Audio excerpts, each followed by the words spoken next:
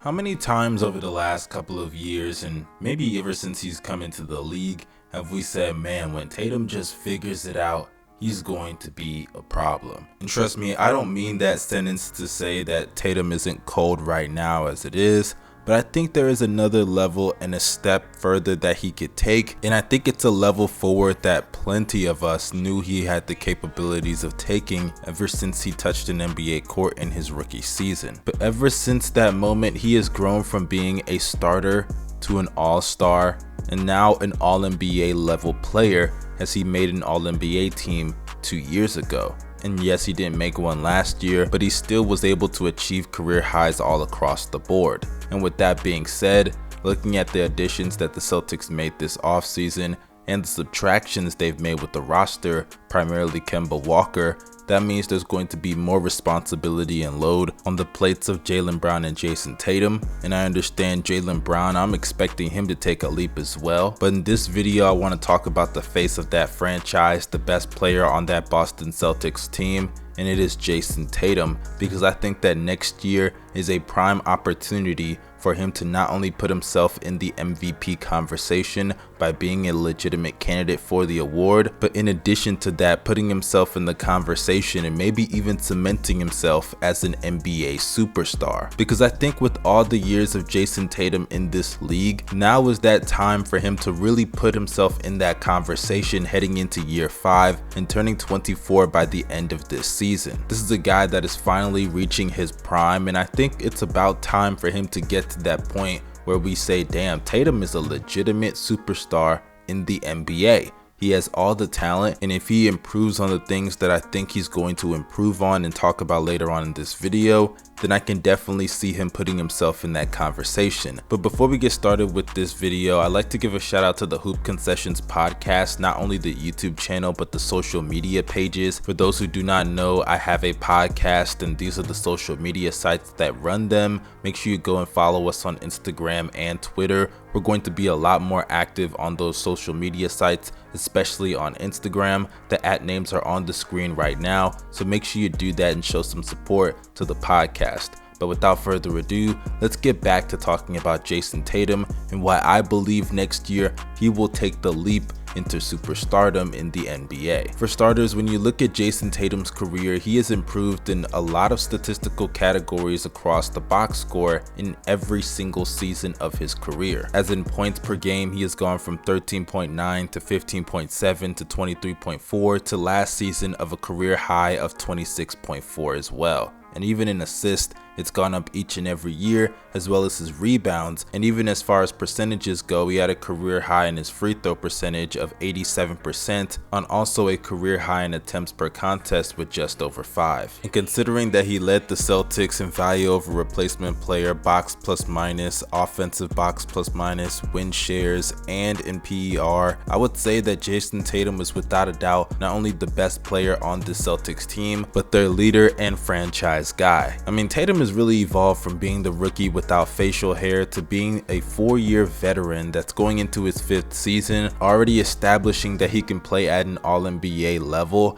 while also being a great defensive player as well. He's one of the best two-way players in basketball, and because of that, even if Tatum were not to take the step forward to MVP caliber level that I anticipate for him to do next season and just maintained where he is currently, he would still be a top 15 player in this league and one of the best players at his position nonetheless. But I think that this Celtics team has higher expectations for Jayson Tatum for a multitude of reasons. For starters, Tatum was the 3rd pick in his respective draft class, and considering that after Markelle and Lonzo Ball, there were a couple players that they could have taken over Tatum, because let's be real, at that time the Tatum pick was a bit questionable. Combine that with the fact that they traded down to get Jayson Tatum from the #1 overall pick, it's very clear that from the jump Tatum was supposed to be at the bare minimum a culture changer in Boston, and so far he has been that. But then going forward past that draft, let's not forget that they had multiple opportunities to trade made for other stars, but then proceeded to decline those offers in hopes of building around the talent and banking on the potential of Tatum and Jaylen Brown. And considering that Tatum and Brown have reached all-star to all-NBA caliber level, I'd say that gamble was worth it.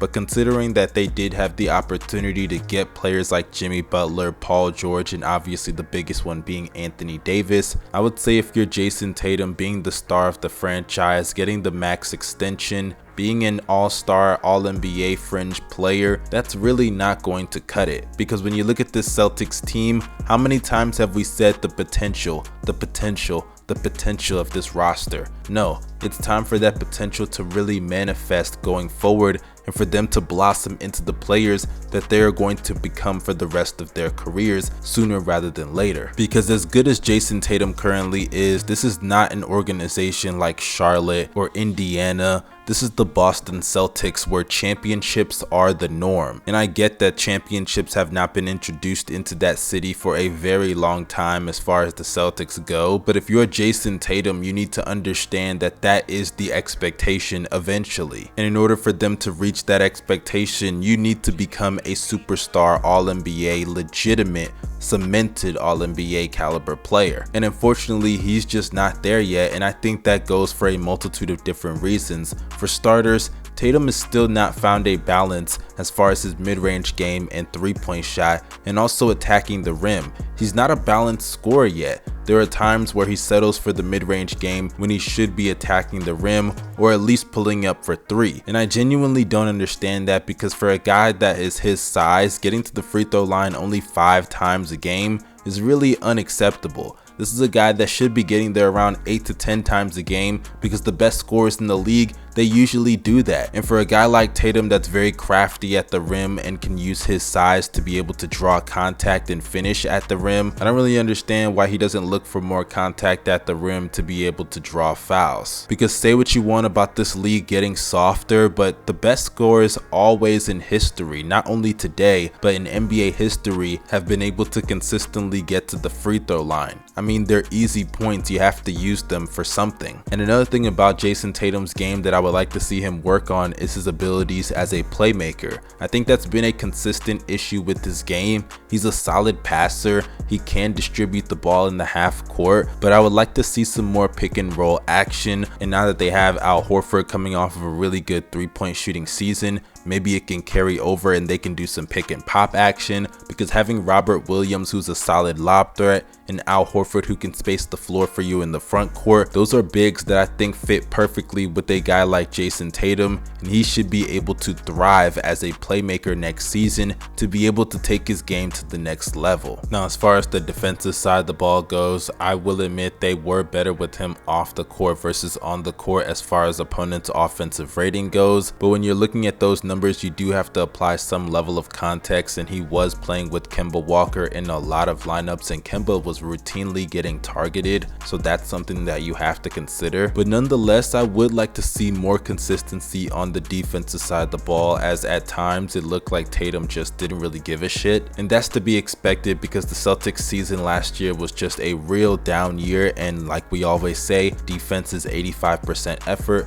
15% skill. But next year, with a whole new lease on life, the Celtics rearranging their roster in different ways, obviously getting rid of Kemba Walker being the biggest thing, I expect Tatum to not only get into his bag offensively, but also on the defensive side of the ball, and even potentially put himself in the conversations to make an all-defensive team just like he did in the 2020 NBA season. So Jayson Tatum next year, I'm really expecting a lot out of him, and I'm not saying that it's a must that he has to do it, but I think it's about time that we start asking ourselves this question on if Tatum is a legitimate all-star to fringe all-NBA caliber player on occasion, or if he's ever going to be more than that and become an NBA superstar while being a top 10 player. And I think next year, with the changes they've made to this Boston Celtics roster by building around Jayson Tatum and Jaylen Brown a lot more than they have in previous seasons, I think Tatum is well suited to have his best season yet. And if that's the case, then being a top 10 player and cementing himself as an NBA superstar is definitely not out of the realm of possibility and may just be reality at the end of the season.